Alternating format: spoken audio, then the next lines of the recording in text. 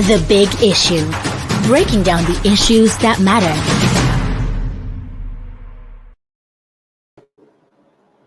Hello, listener. Welcome to Leadership Podcast. And of course, we are into the big issue again. And as usual, we are set here with our in-house analyst to take you on issues that border on the polity. And of course, today's big issue, without wasting time, has to do with the former military president, Ibrahim Badamasi, who jumped into the political arena today to make some new revelations about his decision to annul the June 12th presidential election. And of course, Babangida said many other things that border on the polity apart from the June 12th debacle. And according to the former military president, he said the nation is endowed with both human and natural resources, but Nigerians are fond of destroying what they use their own hands in building. He said Nigeria has refused to progress because it has destroyed virtually everything. The Nigerians have destroyed virtually everything they create by themselves.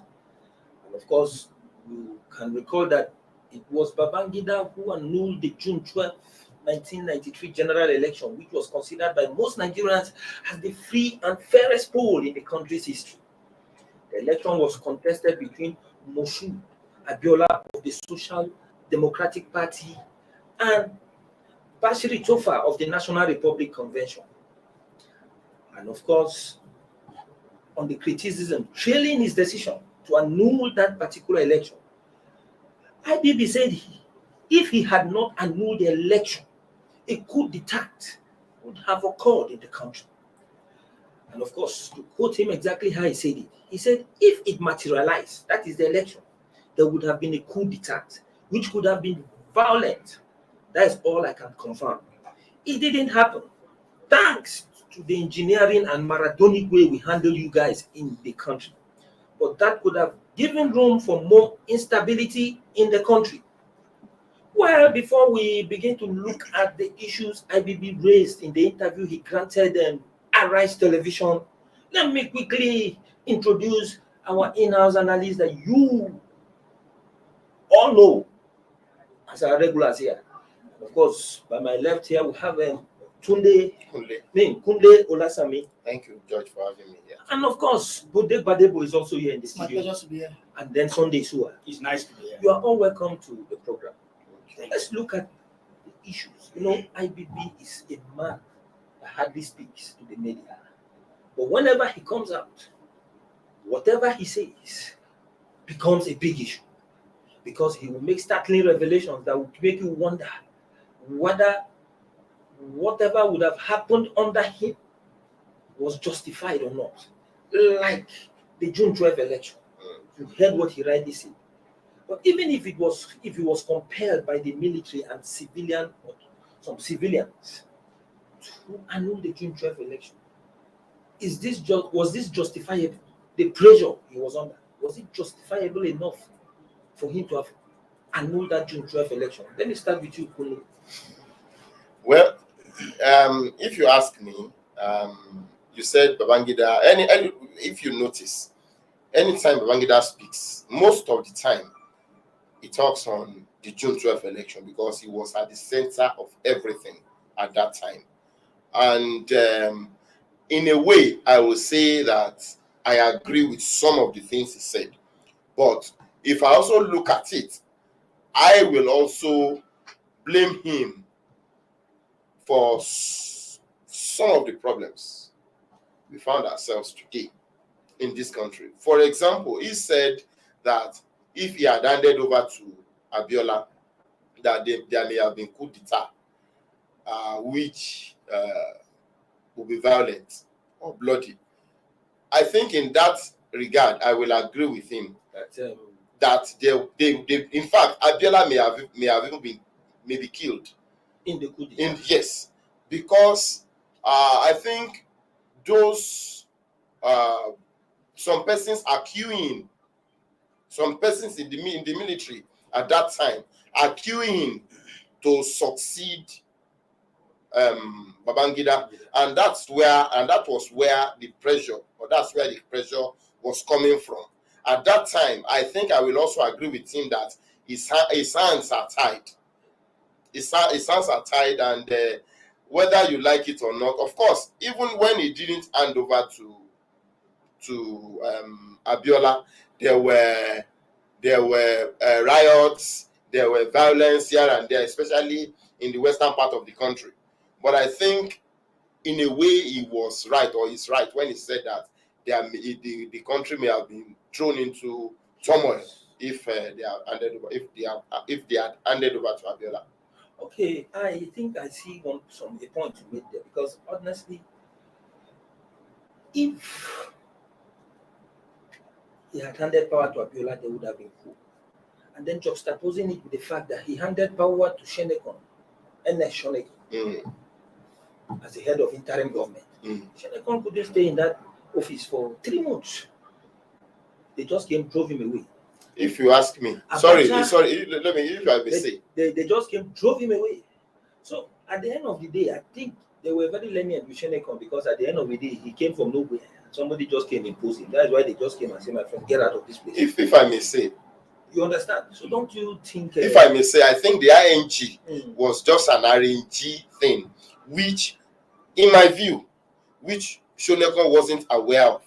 That's my view about the ING. That's the interim national government. Okay, well, in other words, what you're trying to say, that in the bid to reach a common ground, yes, they knew what they were going to do. From the military, they knew what they were going to do with Shenekon before he was even put there as the head of the ING, the interim government.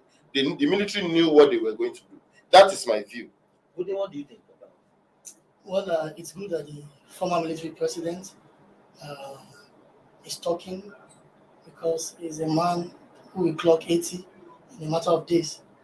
And it is clear to everyone that he is at the departure lounge, and anytime he may take his flight if he gets the boarding pass. So it's good that he's saying what he's saying now, so that we can have a comprehensive knowledge of history, of what happened around the June 12th. Sorry to cut you short. When you talk of if he gets the boarding pass, as if that particular kind of boarding pass is what anybody is wishing. Boarding pass to meet his creator now. That's what they say. Everybody will get it at one point or the other. It's just a matter of time. Yes. So it's good that he's talking now, even though I don't know why it took him 28 years.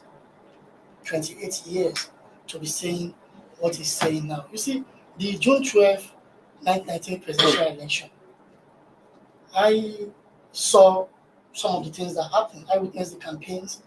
I couldn't vote at that time. I was just 2 years short of 18 years. But I visited the polling units. Yes, I saw people. There were not even ballot papers. It was a queue. Yes, on queue. And everything was orderly. No violence. We were counted. Because I voted. No violence. You understand? And look at the surprise. People in the north voted for Southern, the late Chicken Abiola. So to the extent that the election was adjudged as the most freest and fairest election in Nigeria's history. And the military was aware of all these features or attributes of the election before they actually, assemble, gang up, and actually annul the election, which is thereby truncating the wishes of majority of Nigerians. So there can never be any excuse, there can never be any justification for that action. In fact, it was a coup in the first place against the Nigerian people. The annulment of the June 12, 19 presidential election was a coup against Nigerian people. And the coup, former President Ibrahim Badamasi Babangida is talking about now that he was afraid of, or he was trying to preempt, actually happened again. Which violence? People died on the streets of Lagos because of June 12 after the annulment. People died. There were crises here and there, and it was, in fact, I don't know, to be fair to Abacha, probably he had no intention of seizing power, probably because the interim national government under Chief Ernest Shonekan couldn't contain most of these pockets of crisis. That's why he came up and said the military has to actually take over. What Kunle said there, that interim government was an arrangement. Probably In my part view, of the military. It was a transition. That's why I said in my view. Yeah, he says it's A transition You from understand? military to military rule. Yeah, he says Please, it's view. please, instead of let's call this thing coup. Abeg, just spare me this. I'm going to step aside. Then let me bring this particular Then you setup. take over. Then you now take over. That is my view. That is the way I most of see the it. actors So, are still available. I'm so surprised when I you say think Abacha probably wouldn't have wanted. Yes, I'm also saying something Mm. within the realm of my own view that probably he had no But you intention. remember he said, Babangida said some powerful persons, both in and outside the military, did not want him to hand over to Abiola. And I can tell you that Abacha was one of those powerful people. Abacha was in IBB's government, and Yes, of Abacha course. was like the eye of the strong people in the country. Then, Because even IBB at the time, he had to listen to what Abacha will tell him, because he was like a voice of some powerful men in the country. In the military. Yeah, so if you say that the interim government was an arrangement, I can quite agree with you. But in the annulment of that election is what I am confused about. That annulment shows clearly that power has never belonged to the people. yes, I agree with Bode. Like Because you said. if, as Bode said, if Nigerian people can vote in mass and choose their leader. And choose their leader, and for example, electing somebody from the southwest as against someone from the northern part of the country, which is a region that has the mass population, and especially from Kano, that even from Kano, the other candidate, As Abiola defeated him. So you can see that the election was actually something that Nigerian decided, because there was nothing like ballot. It was just by counting, and all that. So for such an election to take place, and at the end of the day, the military will annul it, then it shows clearly that power has never been for the people. It was and a the coup, just military as Bode at said, that against time the Nigerian we are not ready to to go. hand over. But wait, apart from the military, very high, powerful people in the military, IBB also mentioned civilians. Yes. You can Yes, imagine I said it here. a country where you now understand that it's not about the military. Yes. This was clear connivance, if we must go by what IBB said. Yes, that it was not for both the military and some civilians.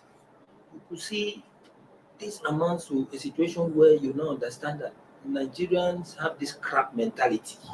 The crab mentality, if you put the crab inside the bucket, the crab, you see them fighting, one will be struggling to rear its head up, and the one up will be pressing the other down.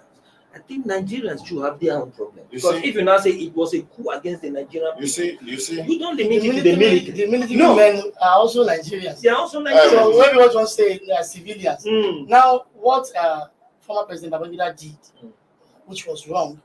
But before you go, I think what I wanted to say is that I understand that this thing is not just even about the military, it's just the Nigerian thing, which we still find within the civilian. What do you think? What he did that was very, very wrong is the fact that I was very, very sure, as the military president, he had all the powers at his disposal at that time. He had all the intelligence at his disposal. So if at all you realize, as promised, you hand over to a civilian government and you conducted in history the election that is adjudged as the most freest and fairest. And at the end of the day, some people they refer to as Kaba want to truncate.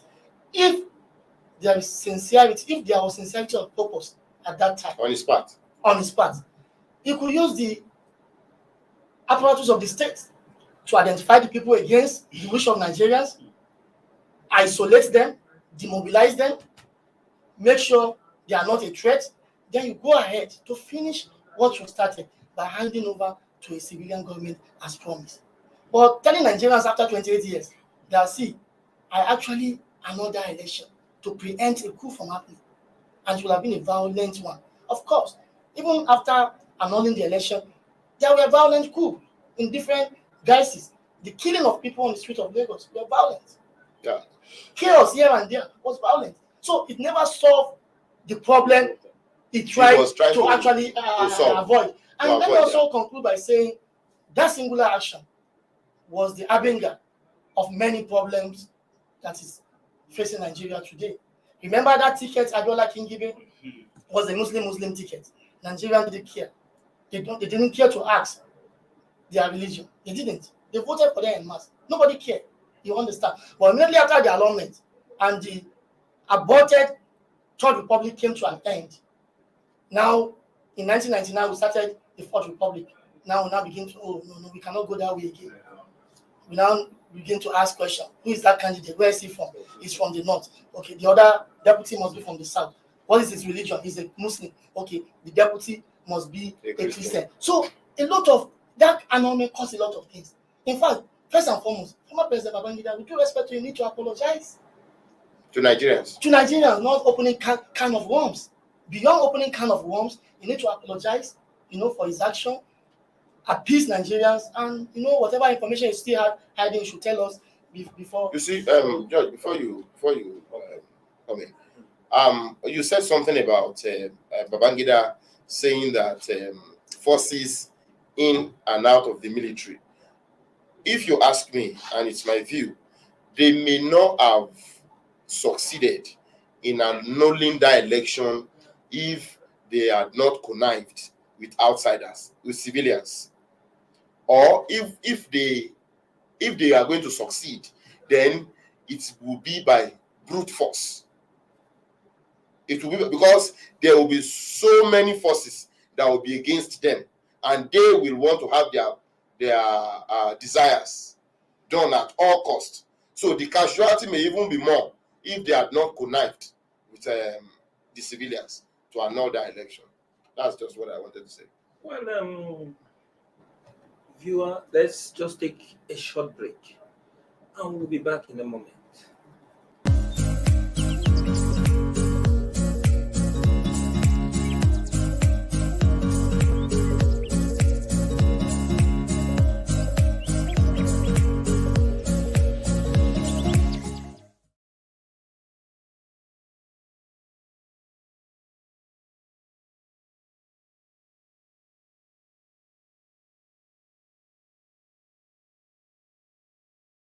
Big issue in Leadership Podcast, the Last Word Studio. And of course, the Leadership Podcast is called the Last Word Studio because everything you hear here will definitely be the last word. Because as we analyze issues, scrutinize them, interrogate them before the public domain, we will always come to a conclusion. And that conclusion will definitely be the way it is. And of course, the big issue for today, we're talking about the IBB's latest outburst in an interview he granted today. Back to what we were saying, away from the annulment of the June 12 election, IBB said other things, and of course, curiously, IBB, just like what they say, who will clock 80 years on the 17th of this month, canvassed for individuals in their 60s to be the focus of Nigerians as potential presidential candidates in 2023. Of course, Nigerians, especially the media, has interpreted it to mean he is actually ruling former President Atiku Abubakar and former Lagos State Governor and APC National Leader Bola Tinubu out of the contest. And of course, the idea was that by 2023, Bola Tinubu will be in the 70s. As of course, I think Atiku is in the 70s now. Yes. Is he right on this? Because in developed countries, people like we have had currently now the United States has a president that is above 70. Joe Biden. What do you think about that? Well, you see, the issue raised by the former military president has actually provoked a very serious debate concerning our electoral acts and even the constitution. Because if you look at it very well, if we are practicing democracy, it means that you have right to vote and to be voted for. But look at our constitution, that at 18 years, you have right to vote, but you don't have that right to be voted as a president or as a senator until you reach certain age. So I think that, saying that if somebody is in this age should not contest or should contest, I think that statement is discriminatory, because democracy is all about people's participation. Being 100 or being 80 or being 60, being 70, it does not really matter. It's about your sound mind. If you can be able to deliver, or you have a team that can, deliver the mandate or the promise that you have for the people, I think age should not really matter, because we have seen it time without numbers. We have seen people who were older in offices and they perform. Some were younger in offices, but they did not perform. Now that he is talking, how old was he when he was military president? He was not up to 50 years. We have seen General Yakubu Gawan. So can you just mention some of those names of people, the younger ones that couldn't perform at the Don't let us go Well, there. no, I don't want to sound. I don't want to sound judgmental. I don't want to sound No, judgmental. the idea is that what I was trying to pass through here is that you two try to, as much as possible, to be careful the way IBB was careful. He Yes. did not mention me. Yes, and I don't want I to. didn't mention him too. Yeah, he didn't call. You know what This I'm guy did saying? not He mention didn't me. call Atiku. I know. The point. I understand, The- but the- I'm just trying to drive home that point. Yes. I'm trying to look at IBB's wit. He is still that Maradona they will always know him to be, because at the end of the day, what he did was to state it clear, and in the context in which he speaks, he's referring to. I think that is why whatever he says is being interpreted in the manner that people are being named now. I don't even want to interpret. Yeah. Let me generalize it, because leadership is not about age. It's not about your level of education. It's not about maybe some kind of parameters that people have set up. Leadership is about setting a goal and achieving it. And you can't set a goal, and achieve it yourself. It's about bringing on board people who can be able to deliver. Now, if you begin to say, okay, if you are in this age bracket or in this age bracket, you are not supposed to contest, or you are supposed to contest, it means that notion is discriminatory. It actually limits people's choices, because in as much as you are alive and you reach that level, or you reach that certain age that you can contest for that office, even though I'm even against that, because what I'm standing for is that if you can be able to vote, then you should be able to aspire to, go for. Yes, to be voted for in any office. See what is happening in Rwanda. Paul Kagame just appointed a minister that is not up to 20 years. Now, we are in a world where technology, is taking a prominence. So it is expected that if you can be able to, gather people who have good ideas, fresh ideas based on the present realities, I think is understandable. I'm happy that IBB, have said that people who are above 60 years should not contest. But I want us to look at it just beyond that. Our choices should be based on capacity, not on age. Thank you And very all much. that. That is what I forget. When IBB spoke on this, not that he just said it and threw it in the air. He gave reasons. Okay. You understand? He even said he has seen Nigerians who have the qualities he described, and they are in their 60. Okay, let's just quote him so you understand. He was talking of quality here, not just age. He said, if you get a good leadership that links with the people and tries to talk with the people, not talking on top of the people, then we will be okay. I have started visualizing a good Nigerian leader. That is a person who travels across the country and has a friend virtually everywhere he travels to, and he knows at least one person that he can communicate with. What do you think? Yeah, I think See what IBB means. I agree with him on that. When he said people should not be beyond 60 if they want to contest for a Nigerian presidency, even though on the surface it looks as if you're trying to violate people's rights. People who are above 60, maybe you are telling them you cannot aspire for an office that the constitution has actually granted them that right. But if you look at it critically, now beyond the surface, I think he's talking from experience. He must have seen things in Nigeria, outside Nigeria. We have people, yes, who are above 60 in position of authority. Their educational qualification is not in doubt. Before they clock 60, their competence was never in doubt. But then, because of age, there are some natural things that comes. Sickness, incapacity, infirmity, and the rest of them. And all these things will not be able to make them to discharge their mandate But very well. again, Now what Babangida is now saying, that a Nigerian president, maybe, it's futuristic. Already we have a president in place who is 80, who is 80-year-old or close to 80. So I believe that, or I agree with him, that going forward we should have people whose sanity is not in doubt, whether 60 or not. But I think we should go for that test. We should know that people are actually okay. check the psychology. Health-wise, they are okay, so that they will resume office and later we'll be battling with problem. Then secondly, the issue of having friends around. It means the person must be cosmopolitan, not people with myopic That views. is where I see some Nigerians beginning to interpret it on social media that in this regard is actually referring to President Muhammad. No, that's not true. It's not referring to No, that Buhari. is what they say. On Futuristic, going forward after this one, let's have it right. A president like President Kunle Olasami should know somebody in Abia. If he's from Oyo State, he should have friends in Abia. And to his credit, remember, he was not a tribalized president when he was president.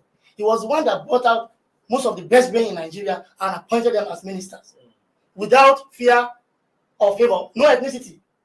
That time, no agitation that ministers from the north were more than ministers from the south. In fact, ministers from the south under Babangida were the one heading the A-grade ministry, finance, foreign affairs, and the rest of them. You are right. Capacity. So he's saying, see, a leader should be the one Even those that who has are their not own mind. military men, like Bolaji Akinyemi, Yeah. foreign affairs and all. Thank you very much. External affairs. Yes, So external affairs, I yes. believe with him on that, and that's the only way to get it right. Remember when Obasanjo came for the second time in 1999?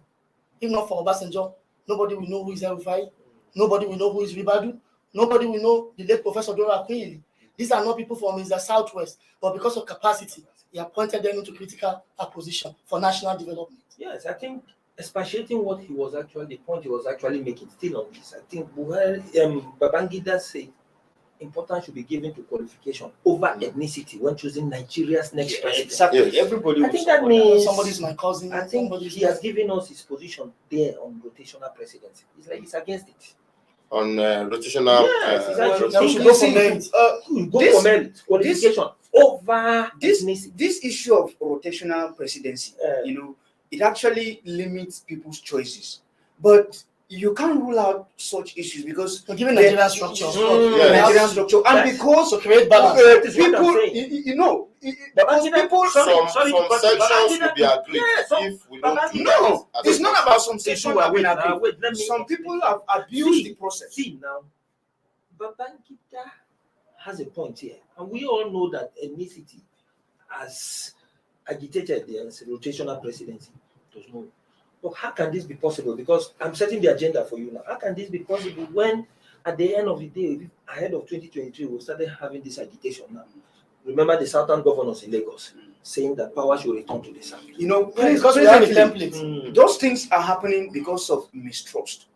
And, I'm saying this because had it been people who have been in power, follow the process of carrying Everybody along. Nobody Now, wants- Regardless of where you come from. I'm using that Regardless of where you everybody, come from, yes. not because you must carry everybody from every region. No, Yes. gather best brains, irrespective of where they are. irrespective of where they come Come from. yes. You must not just be appointing people who have not even proven to be people that are supposed to be in leadership, and be appointing them from one region, from one tribe, Right. another, and you think another person would be happy. And that's why I say this issue of suspicion, because someone will say, oh, if this person have done it like this, if we allow them to continue like this, they will finish us. That's so the best thing is for us Mm. to also agitate and get our Right. own share. And let me say it clearly that even people that are saying that presidency should shift to the south, they are not saying that presidency should shift to the south because they are not saying it because they want to develop the south. Some of them are just hungry for office.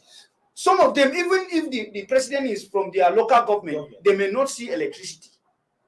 They may not see road. Exactly. You understand? So we have to now look at it in such a way that leadership should be about patriotism. What you can do, what you can offer, irrespective of where you come from. And if you are someone who is delivering that leadership, that development, then people will, be happy. Well, finally, the former military president spoke of corruption. Please, let's just quickly trash this. Even in 30 seconds, let's say something about it. He said Nigeria is worse under civilian rule when it comes to corruption than under the military. Yeah, of course, that sounds like an indictment on the ruling APC and the major PDP. Opposition PDP, because these are the two political parties that have ruled this country after the military junta. I think I will agree with Babangida on that because the level of corruption in government is something that you cannot even imagine when you are saying I'm talking about the civilian government now. So, for example, I think in that interview, Babangida said he sacked somebody because he could not account for 300 and something thousand naira. But now you see somebody accused of involved in billion dollars corruption, and nothing will happen.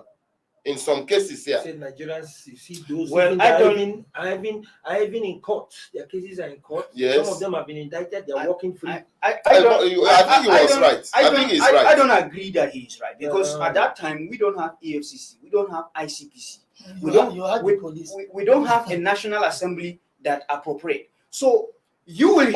But there was development then, at least a little bit. Is there no development? Yes. Let me learn. You don't have institutions that checkmate corruption. We are hearing of corruption now because we have people who are checking that corruption to report. They had the police. No, the police. You know what happened during IBB? Police uniform was changed. Black and black. The police was not even given prominence to do their job. So what I'm telling you is that you don't have an evidential fact. I agree, but some of the roads, some of the bridges, some of the institutions we have now were built under the military. Are there not institutions built under the civilians? How many? How many? So, I know Obasanjo. How many teaching hospitals Obasanjo commissioned before? I also agree with the former president Ibrahim Badamasi. Of course, he has some points there that the military did well in fighting corruption than the civilian administration. That is the truth. Now, did they fight corruption? 2 reasons. Under this civilian administration, we have seen selective anti-corruption fights. We have seen selective. Even the chairman of the party said that we have seen delayed trial. If you want to go free, join our party. But wait, military regime is not a legitimate government. And they fought corruption. Of course, so there is no way you will tell me they fought corruption with which court? That governor that he said that he sacked. Who tried him? Who investigated the allegations? That is why they are military. So if they are military, you can't even compare it with the civilian regime that follow. But you will agree with me that there is corruption now. Well, I think this is where we should draw the curtain for the day because our time is up. Which is very, very, very interesting topic. Well, viewer, that is the much we can take for the big issue. And of course, most of you would have watched that IBB interview in Arise Television. And just like we are debating and looking at the issues, very salient issue he raised about the polity. I know you two, you will be making your own kind of analysis, and then you'll be dissecting the issue to see how you can come to terms with most of the issues raised by IBB. And of course, we've done our own best. Our in-house analysts have done their best. up to a point that it almost became a kind of contention there. Well, be that as it may, we will say we'll leave it for you to be the judge. Thank you, Kunle, for Thank you, Judge. for having part me. of this program. Isua, thank you, and Bode. My pleasure.